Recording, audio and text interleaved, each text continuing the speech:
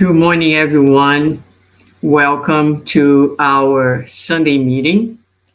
It's so nice to be here with everybody today. Um, I am uh, going to be opening the meeting, but also I'm here monitoring your comments today. And we're going to have a little bit of a different meeting this morning because our speaker for today could not be here, and we found that out yesterday. So this morning, I put up some thoughts together, and I'm going to be sharing those thoughts with you this morning. So it's not our traditional lecture, but I think um, we are going to have a really nice time. So what I will be doing this morning is something a little different. We will be looking at the book Living Spring, which we use often to open our meetings. And what I'm hoping to do today is to show you how I personally like to study the book Living Spring and how we can find in the book many lessons that actually connect with one another and complement one another and can help us to build up our understanding of the gospel. So before moving on, good morning Vivi, good morning Mary, good morning Gisele. It's nice to see all of you here in this gorgeous Sunday here in Miami. Good morning, dear Patricia. Good to see you too. So, again, I don't have today a structured lecture for you, but if you have the book Living Spring with you, I invite you to to pick it up so you can follow the readings together. And also, I am really, really looking forward to your interaction. So you can help me out by making this time for reflection even more meaningful if you can add your comments, your questions, and I will make sure that I'll be reading them and interacting with you as we go. Okay, so let's start with our opening prayer today. And I invite you to join me by saying, Dear Father, thank you so much for the opportunity to be here another day, another Sunday, and to be together with our friends who join us online, but also all the spirits who are connected with us. Thank you for the opportunity of this day, the opportunity of life, and guide us. Guide me as I go through the study today. Bring the inspiration that can meet Jesus and the good spirits agenda for us as much as possible. I'm grateful for this opportunity. I'm grateful to be here. And I ask our mentors and benefactors to embrace and to inspire us all. Thank you, and so be it. Okay, so kind of change the order a little bit and did the prayer first because the reading is going to take us right into our reflection for today. Okay, so the main reading is from chapter 5. And chapter 5, the title is Can You Go? And it starts with the passage from Jesus that we find in the Gospel of Matthew 11:28. Come unto me. So I'm going to read this chapter and start commenting on it. And then we're going to see that chapter 36, clarifying affirmation, actually complements chapter 5. So that's something really cool about the book Living Spring, is that if you pay attention, you are going to find many, many chapters that complement each other. Okay? So, can you go? Come unto me, Jesus, in the Gospel of Matthew. Believers, hearken to the Master's call, or believers listen to the Master's call. heeding his blessed consolations, paying attention, careful attention to his blessed consolations. Spiritual instructors repeated in order to communicate vibrations of spiritual comfort to their listeners. Everyone listens to the words of Christ, who invites the troubled mind and the tormented heart to seek his refreshing embrace.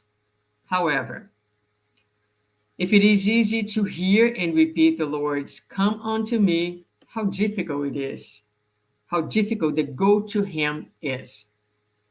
Here, the Master's words are poured out like a vitalizing balm, but the bonds of immediate gratification are just too strong. There, the divine invitation is heard amidst promises of renewal for the redemptive journey. But the prison of discouragement isolates the spirit behind its unyielding bars. Yonder, the call of the Most High soothes the sorrows of the disillusioned soul. But breaking free from obstacles comprised of people and things, situations, and seemingly pressing private interests is almost impossible. Jesus, our Savior, opening his loving, compassionate arms to us. A life focused on him becomes enriched with imperishable values, and in the shade of his heavenly teachings, we press onward through sanctifying toil towards our universal homeland. All believers may hear his consoling appeal, but very few show themselves to be valorous enough in the faith to go in search of his company. In short, it is very pleasant to hear, "Come unto me." However, can you truthfully say that you can go? All right, so as I was told, I decided last night that I was going to cover the talk this morning. I was actually watching Respect, the movie Respect, on Amazon, I believe, and it is the story of Aretha Franklin's life, and what kind of, well, it's a great movie, and one of the things that I got out of the movie was how she who was raised in the church, um, at some point, in order to to become as successful as she became, she kind of had to focus um, on music that would speak to people's interests and hearts, that was aligned with her own desires. But in that moment, she kind of moved away some from the church, from her roots. And so later on in her life, she's extremely successful, but she's also extremely troubled. And she realizes the necessity of kind of going back to the church, that music, but also being in the church, in connection with what was the base of her life, was important. And she saw in that a chance to to be saved, right? To find peace. And I was really moved by the movie. And so when I said to myself, okay, I'm gonna do the talk tomorrow morning, part of me wanted to talk about Jesus, talk about um, a topic that would be gospel related, because it is so easy for us to, with all the new ideas that the world is opening to us, which are all great and very much needed, and all the different interests and so many different things that call our attention, and we have so many justifications to be doing all kind of different things. We can often become disconnected from our roots, from the source, from the things that, and perhaps the only thing that can ultimately hold us together, give us the ground. So I was like, kind of felt a little hungry to talk about something that was really like gospel related. So this morning I sat down and I opened my Living Spring, which I have read and kind of studied at different times. And the first lesson that came, you know, in, that came to me was this lesson number 5. So we're gonna break it down a little bit, okay? So it starts with Emmanuel talking about how we all have heard Jesus call, and we all talk about this call, whether it's like me here talking to you, or um, we talking to our friends in an informal way. We are we have heard, right? We acknowledge, and we can also speak about that. And and so we can convey to others what that means. So when Jesus says, "Come to me," right? So the first thing that we should be asking ourselves is, what is it that he has to offer? Why is he inviting us to go to him? So, and I think we can, each one of us, say a little something about that, but Emmanuel is going to put it out for us on the very end of the message when he says, a life focused on Jesus, on his teachings, becomes enriched with imperishable values. And in the shade of his heavenly teachings, we press onward through sanctifying toil towards our universal homeland. So when he says, "Come to me," what he's offering is a type of wealth, a type of power, a level of well being that the world is absolutely unable to offer. He gives us imperishable values. In other words, he will give us a treasure that nothing in the world can destroy. So that's why he says, "Comes to me," because he represents the manifestation of God's laws in its highest level. He represents the absolute power over anything and everything that is material. He represents the highest level of connection with the meaning of life and with the source of all life, which is God. He represents the path, the truth to happiness, to peace. And this is all that we desire and we have been looking for. So he says, come to me because I can offer you all of those things. But he didn't say, "I am going to you to give you all these things." He is inviting us to come. In other words, it's necessary for us to achieve all those things that we move, that we take steps. So the action that is required is one of motion. Yes, we can listen. Yes, we can speak about it, but neither listening or speaking will get us to the place that we are wanting to get. It is necessary that we move. And the movement is an inwards movement as much as an outwards movement, but much more so inwards, right? We need to do the inner work to move inwards in order to get there. So this is just the first paragraph of the lesson. Then he's going to continue to say, it's really easy to hear and to repeat, but how difficult the go to him is. All right, so let's think about that. Why is that the going to him is so difficult? And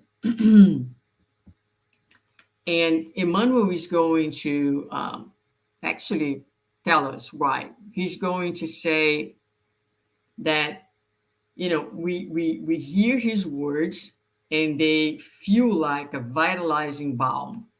The image that came to my mind when I read that was, even being here in Florida, right under this Tuscan sun or Floridian sun, um, when you go to the beach and you get like a sunburn, and then you put one of those lotions that make the skin feel like fresh and cool. And I think that when we listen to Jesus' invitation, and when we listen not with the physical ears but with our whole being to the gospel and to his message, it brings us the same feeling of relief. Is vitalizing, but it's also soothing. It's extremely soothing.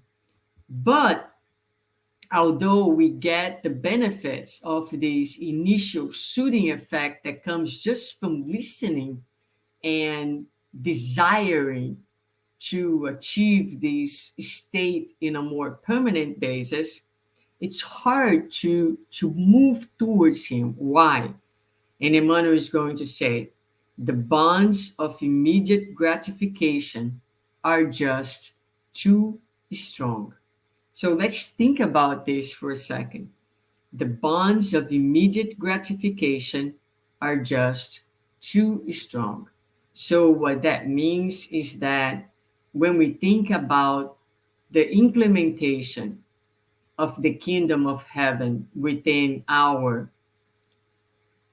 souls, we are talking about a long-term project.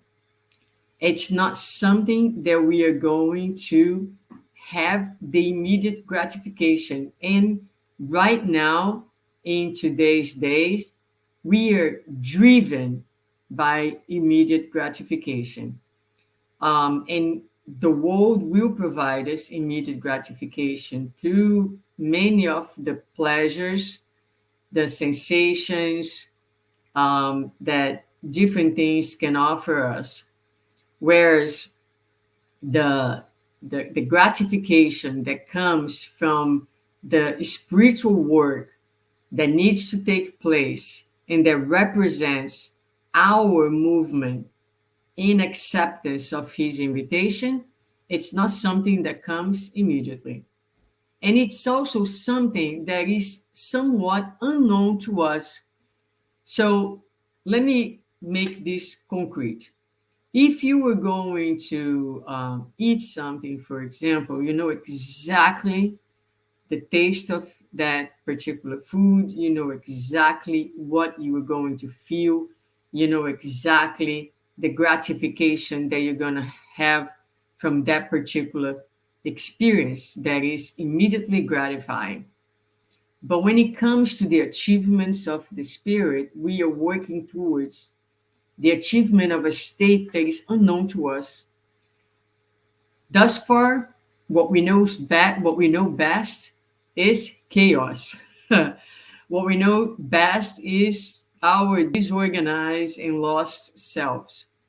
And so when we don't have a clear picture of what this reward will feel like, it's hard to keep the focus, and to say, I'm going after this, right? So we know cognitively what we are being invited and what we are being offered. But we haven't had this experience. So it's important, it's really important as we are on the way that we acknowledge, that we pay attention to the moments in which we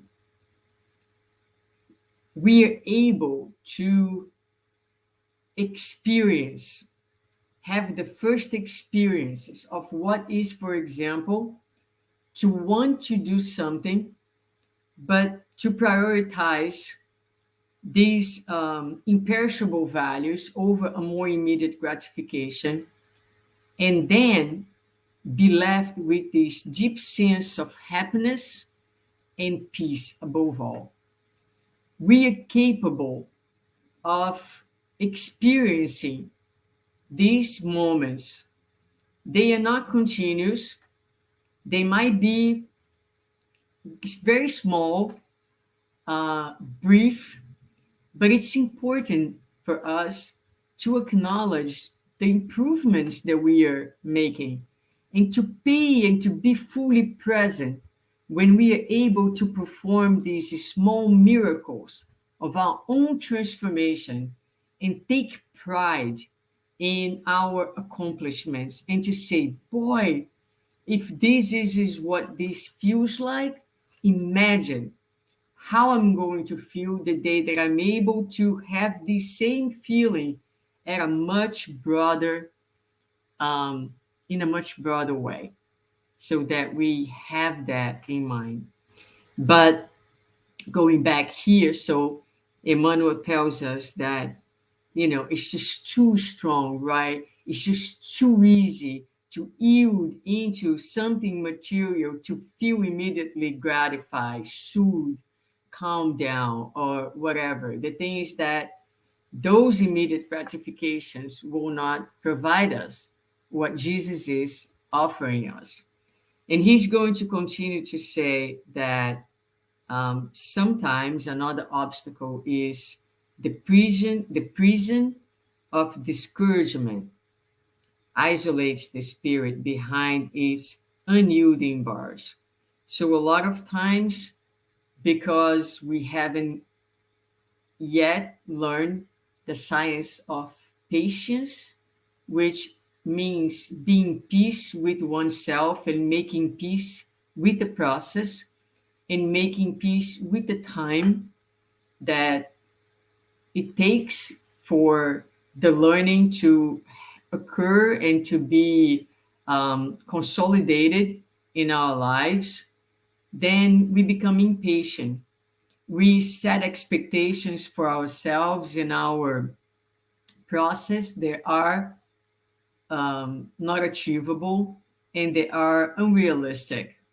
And a lot of times, because we lack patience, because we are again unreasonable with our expectations for our own selves, because we condemn ourselves uh, because of the pace that we are moving, because we are so unforgiving with our own selves, we set up um, a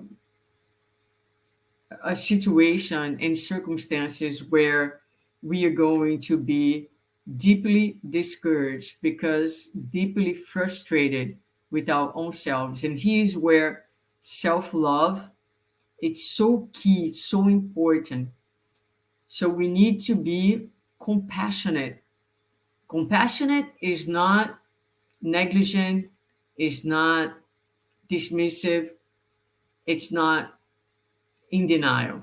Compassionate is to understand that we are more frail than evil, and that a lot of our behaviors and the things that we are unable to change have beneath, underneath, a psychological meaning, a psychological circumstance that until we're able to fully understand and nurture and heal, a lot of times we won't have the ability to change what is outside. So the process of inner enlightenment is slow. The more we can accept that, and the more we can make peace with where we are, the less discouraged and frustrated we will be, because Emmanuel is telling us that this is one of the um, obstacles that we have in preventing us. We get discouraged. We stop moving, right? We give up. We give up in ourselves. And when we give up in ourselves, we give up on humanity as well. And that is a clear and safe path into depression and into just giving up on everything. Emmanuel is going to continue. So, what else prevents us from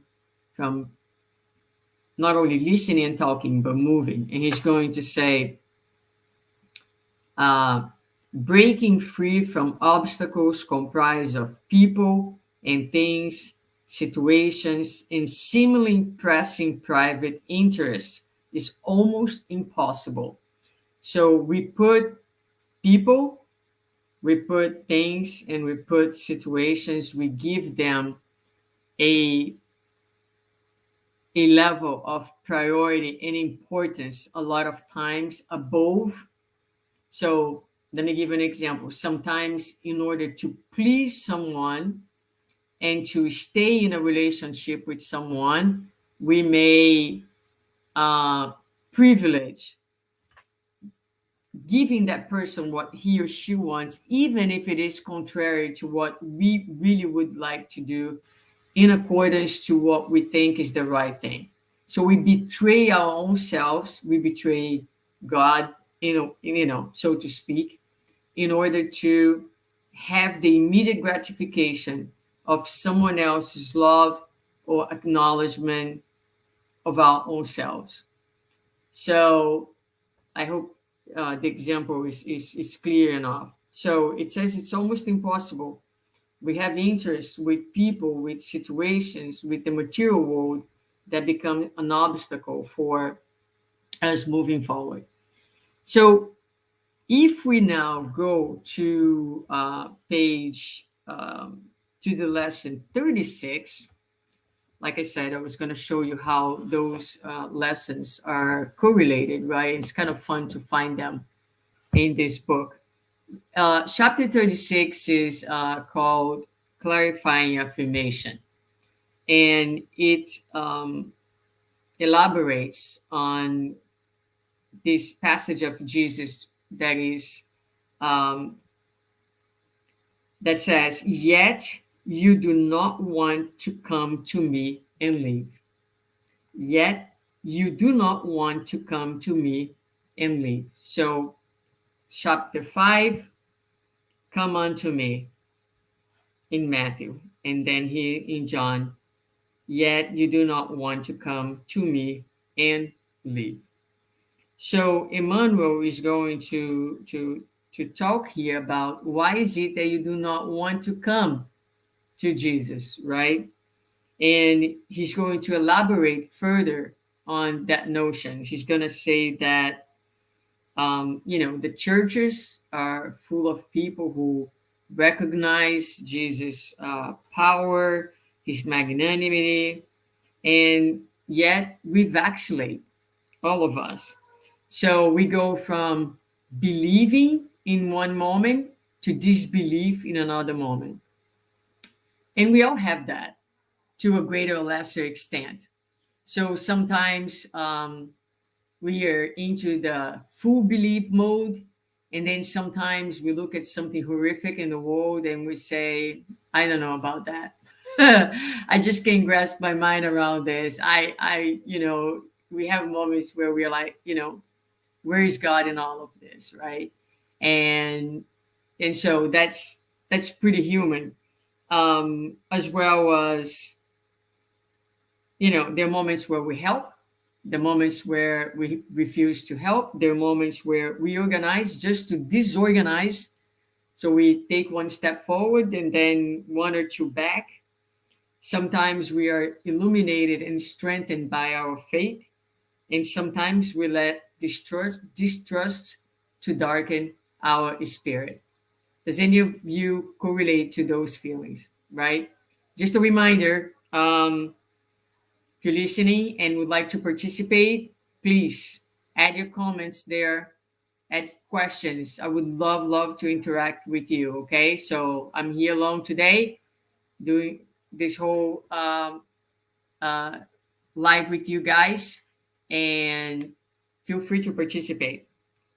Um, and so look what Emmanuel says. He's going to say, and why is it that we oscillate so much, right? So Emmanuel is going to say, this is because they expect the Lord to take care of their immediate physical needs, but they do not want to go to Him to grasp life eternal. So, how many times we are like in close connection with Jesus and God when we wanting something, we wanting the solution of our problems, we wanting for those problems to be taken away, but we want our immediate needs to be met, right? And in those moments of anguish, we are like, we seek to be with them, right? Jesus or God. But Emmanuel is going to continue by saying, they ask for miracles from Christ's hands, yet they do not accept his precepts, these directives, right? So we ask for consolation, we ask to be given, we ask for protection, but we are we ready to follow his footsteps? And what is it that following his footsteps means? Means being uh, conscious at each moment of what the implementation of God's laws would look like in our lives, and in each moment doing our very, very best to live according to the things that we already know and that we already believe. Now, I'm not saying that it means that we have to be successful in every single minute of our lives in fulfilling and manifesting God's laws, because that's not possible. And that's not what God expects from us either. What God expects from us, what Jesus is proposing to us, is that we move, is that we start the process, is that we live our lives every single day trying to be as conscious as possible of um, what is it that we have been invited to do. Okay, so Raquel added here a comment. I believe it's a characteristic of our spiritual immaturity. Very much so. Yes, like I mentioned before. So it's not necessarily that we are evil per se, right? It's more like we are developing our consciousness. We are growing. I like to think that we have moved from like being toddlers, and at this point we are like preteens, maybe spiritually speaking. I want to believe so. And so we all have God's laws within ourselves. But when we study the Spirit's book, for example, we are going to learn that um, the more we evolve, the greater understanding we have of the laws. The laws are there, but we don't all have access to the laws in the same way. It comes with our evolution, it comes with our progress. And so our ability to listen to the invitation, our ability to be able to talk about it, but most importantly, to move, to do the inner work, um, grows and is enhanced as we evolve, as we are active in our spiritual journey. Thank you for your comment over there. So so going back here, so you know, it's very much like a child, right? Going on with Raquel's comment. Children, like I look at my preteens at home, they still very much in a place where they want to be given, They can ask very easily for things and to be provided. But when it's time to do their parts, they resent a lot of times. They just want to remain children, and that's also us spiritually. As we progress in our more spiritual, let's put this, add this here so we can read together. As we progress in our moral and spiritual maturity and self knowledge, we'll be less inclined to go God only when we need something. Yes, that's correct. Absolutely. All right. So going on with this chapter 36 here, Emmanuel is going to um, continue. And it's so pretty when he says here, they, which is us, we love to listen to him on the edge of the serene lake. That reminds me of us in our spiritual centers, listening to someone who is very inspired, talking about the gospel and how we are moved inwards, right? Sometimes we are cheerful, sometimes we are in awe, sometimes we are just so deeply moved by the lessons of the gospel as he preaches hope and comfort. Yet they refuse to share the toil, the service of the streets with him to sacrifice for the victory of the good. They flatter him with flowers in Jerusalem, yet they avoid showing goodness and understanding before the frantic and sickly multitude. They ask him for the blessings of the resurrection, yet they hate the cross of thorns that regenerates and sanctifies. So, and then he's going to say they clamor for the divine light, yet they are afraid to forsake the darkness, to leave the darkness. So in this lesson here, which is lesson 36, Emmanuel talks about, it's such a good portrait of ourselves. I think, we get moved. We love to kind of um, you know do ceremonies or um, I don't know, offer, kind of flatter him with flowers, sometimes with our words, with compliments, with the importance of the message, with our enthusiasm. But then when we are dealing with our loved ones at home, when we are dealing with the difficult people at work, when we are dealing with the challenges of the diversity that we see in the world, and we are called to do the service of understanding, the service of compassion, the service of goodness, of forgiveness, you know, we hesitate. So we are, you know, we want the blessing of resurrection, of immortality, of, like, winning over matter like he did, but we don't want to take the cross. In other words, we we resent discomfort. We resent discomfort. We seek to be comfortable as much as possible, but no one grows. No one grows within comfort. Discomfort is precisely what makes us grow. If you were discomfort, if you were in discomfort, you have to move to find a different position, to find a different place, to find a different circumstances that can actually bring you comfort. So I'm going to go back now to lesson number 6 in kind of closing our reflection for this morning. Because when we think about, we spoke a little bit about what are the obstacles. And like Raquel is saying, it's the intent here is not to chastise ourselves for the things that we are not doing.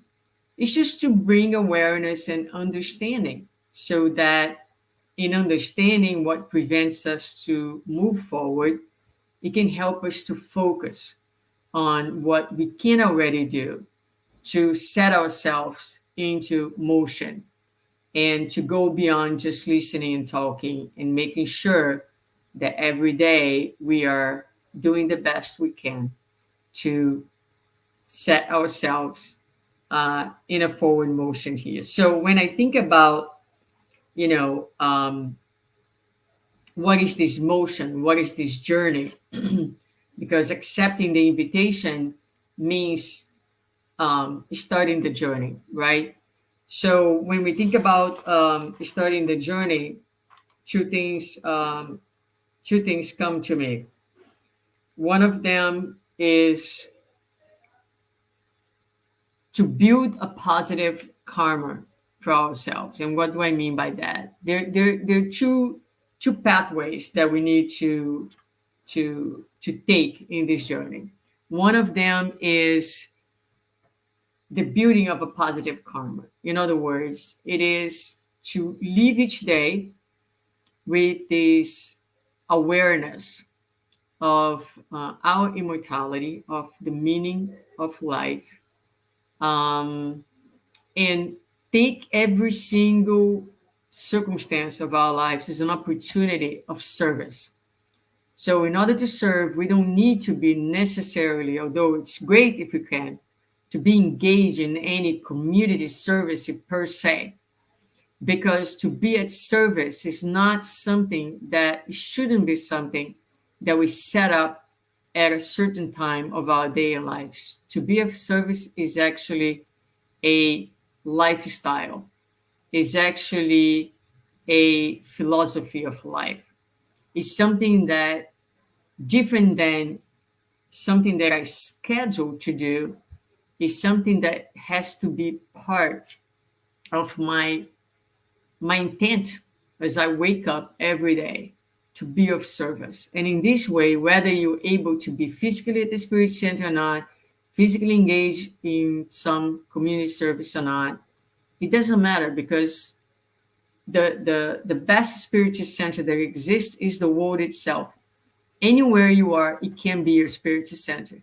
Anywhere you are, it can be your community service, as long as the idea of service, the idea of moving, of accepting Jesus' invitation is part of your daily living, is part of your daily intent, is an inherent part of your life, of the way you perceive and you want to live. So that's one piece that we can focus on and will help propel us forward in accepting the invitation. But the other piece is that the fact that we have lived so many lives and that we have made mistakes and we continue to do mistakes naturally, um, there is a part of our life that is working to help us to reestablish the harmony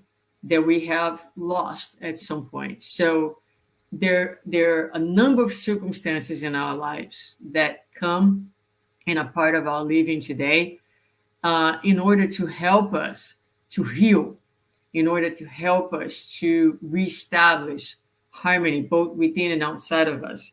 So in this book, Living Spring, a lot of times you have two or three messages that kind of are sequenced and they kind of add to each other.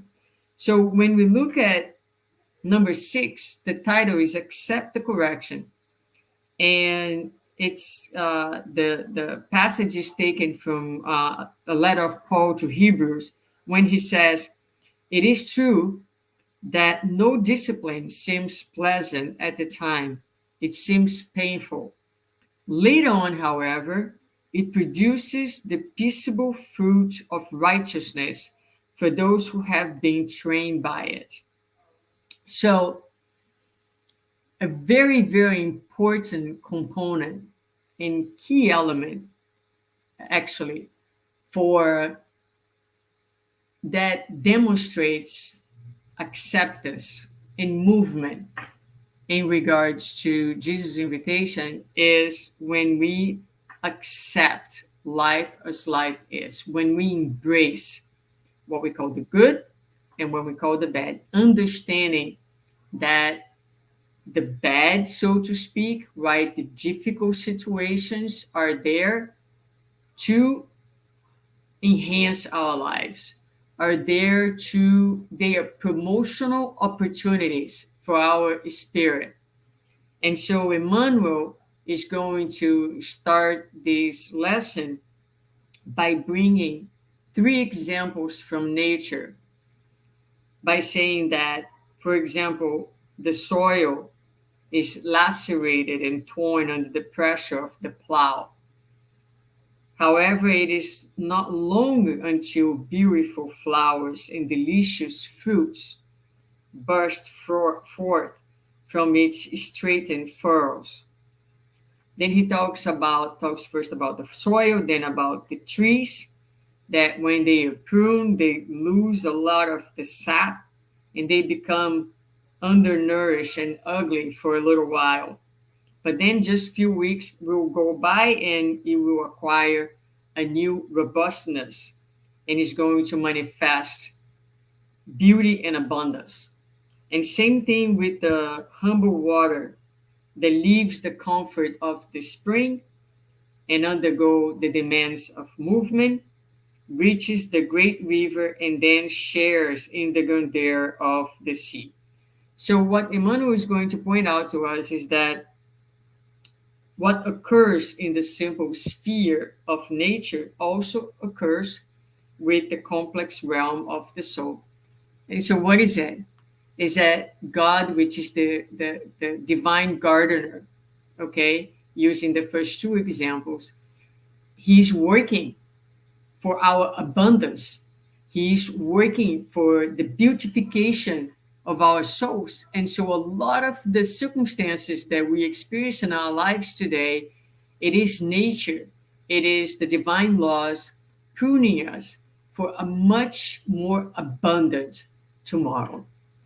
And that idea is so beautiful. I'm talking about it. I feel actually moved by this idea, right? Thinking of God as the divine gardener, working on each one of us through the limitations, through the pruning, through the working of our inner soil.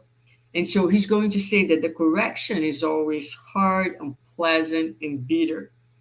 But for those who accept its instruction, it is always it always results in the blessed fruits of experience, knowledge, understanding, and righteousness.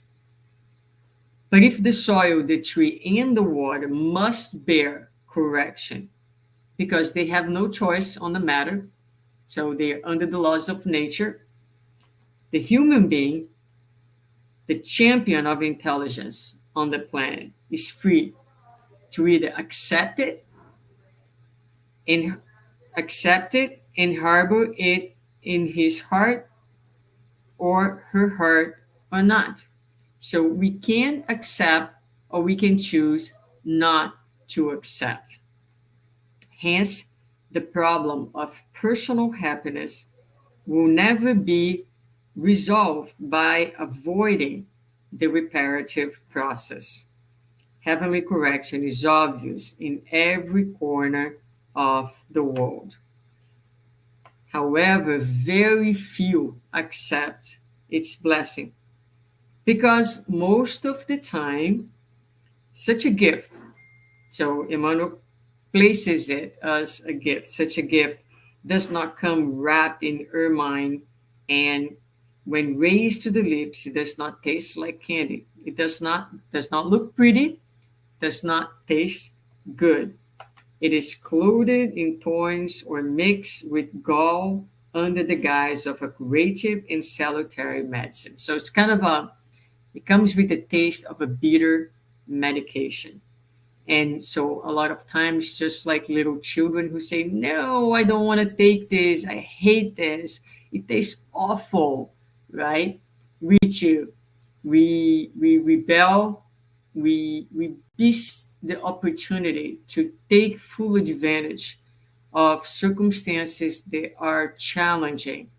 But if we just can keep in mind I have this in mind because just recently I had some of the trees on my yard pruned, and they were the gardener did a pretty significant pruning, and they looked pretty dead for a while. They were dry. They were definitely ugly.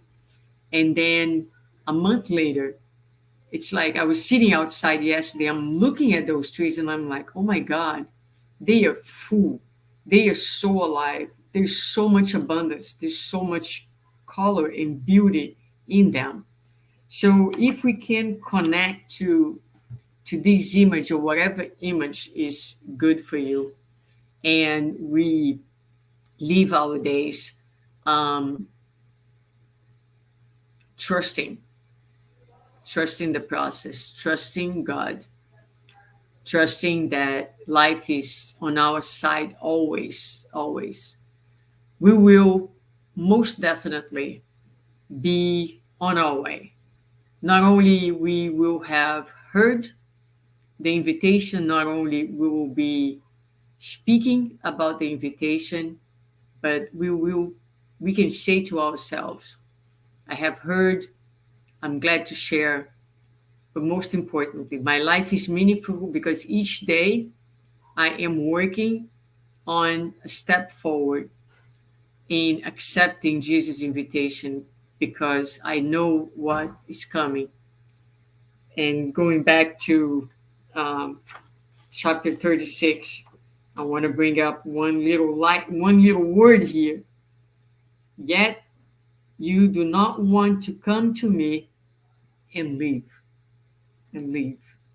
So when we go to Jesus, when we are on our way, we are filling our daily lives with meaning and with life. To be alive is to be doing the work. So many people nowadays, again, they fall into deep despair and loneliness and depression because they don't have, their lives is not filled with the meaning, with the meaning of service, with the meaning of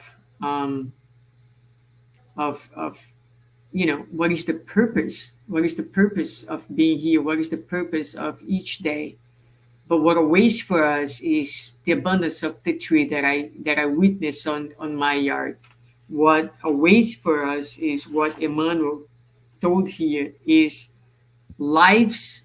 They are not only uh, fully lived, but they are also enriched with imperishable values. So what awaits for us is abundance, it's joy, it's peace, and it's harmony.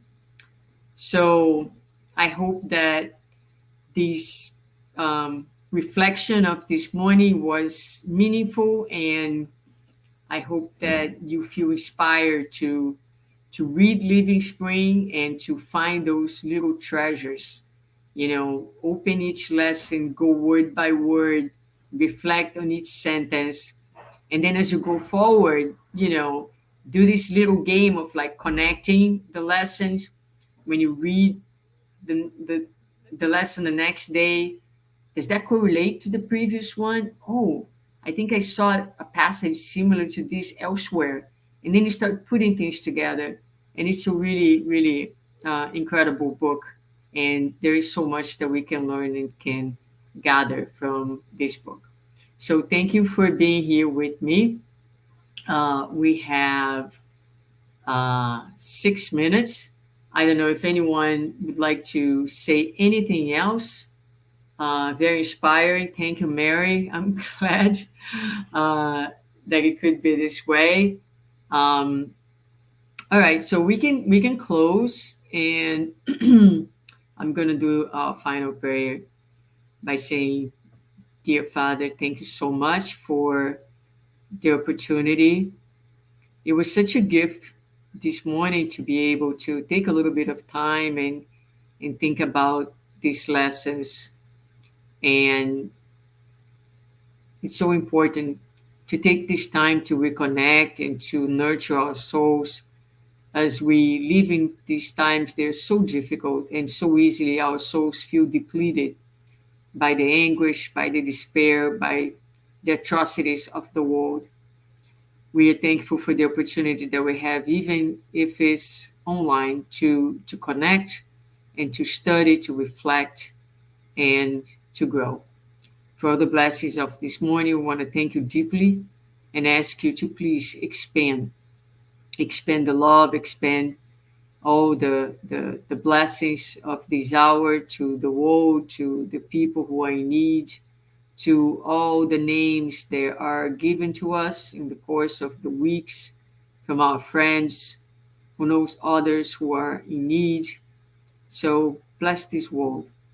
Help us to, each one of us, to be each day a living manifestation of love, kindness, inclusion, and compassion towards one another. Help us to be on the way, to attend to your invitation, and through our deeds, through our examples, to be powerful forces moving this humanity to a better place, to a better condition. Thank you again for everything, and so be it. All right, dear friends, have a wonderful, wonderful Sunday, and we'll see you guys here back next Sunday. Take care. God bless.